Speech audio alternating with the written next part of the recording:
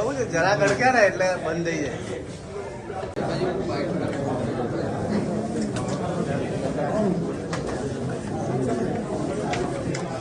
ભાઈ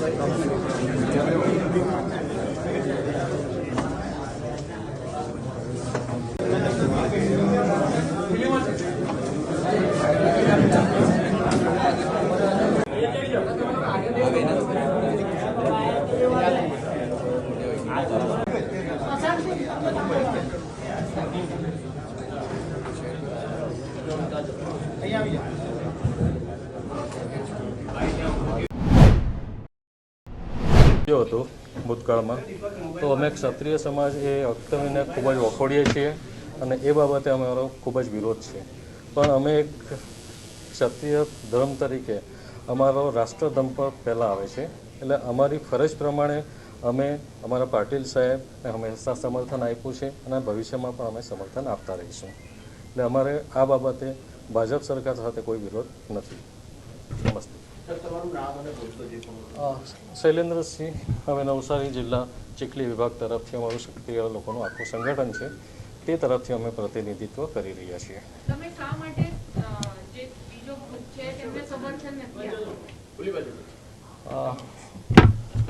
સમર્થન તો જ્યાં સત્ય હશે ત્યાં અમે રહીશું. બાકી અમારો કોઈ પર્સનલ પ્રેજ્યુડાઇઝ કોઈ સાથે નથી. રૂપાલા સાહેબે જે વક્તવ્ય આપ્યું છે તો રૂપાલા સાહેબ સાથે અમારો વિરોધ છે એ રહેશે. બાકી અમારું ભાજપ સરકાર સાથે કે ભાજપ પાટીલ સાહેબ સાથે હંમેશા અમે સાથે છે અને સાથે જ રહેવાના છીએ. પણ સાહેબ રૂપાલા સાહેબ આખું બીજેપી નથી.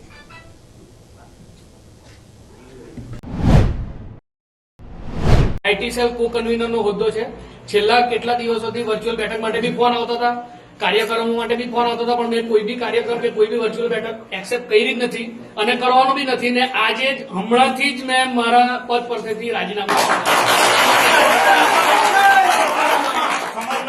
સમાજના હિતમાં અને કાયમ માટે આપણા સમાજમાં મારું રહેશે. મારું નામ અજીતસિંહ ગોપાલસિંહ ગોહિલ. મેં નર્મદા જિલ્લા કિસાન મોરચાના મંત્રી છું અને સમાજના હિતમાં હું મારું રાજીનામું આપું છું. હું રાજેન્દ્રસિંહ ભારતસિંહ ગોહિલ, નર્મદા જિલ્લા સ્પોર્ટ્સ સેલના કન્વીનર છું. ઘણા સમયથી રસ્તુ સમાજને અન્યાય થઈ રહ્યો છે, તે બાબતમાં હું આજે નર્મદા જિલ્લા ભાજપને હું મારું રાજીનામું આપું છું. સમાજ માટે જે પુરુષોત્તમ રૂપાલાએ કલંક જેવો વાણી કરેલી છે એના માટે હું પુષ્પરાજસિંહ ગોહિલ, યુવા મોરચા મંત્રી, રાજીનામું આપું.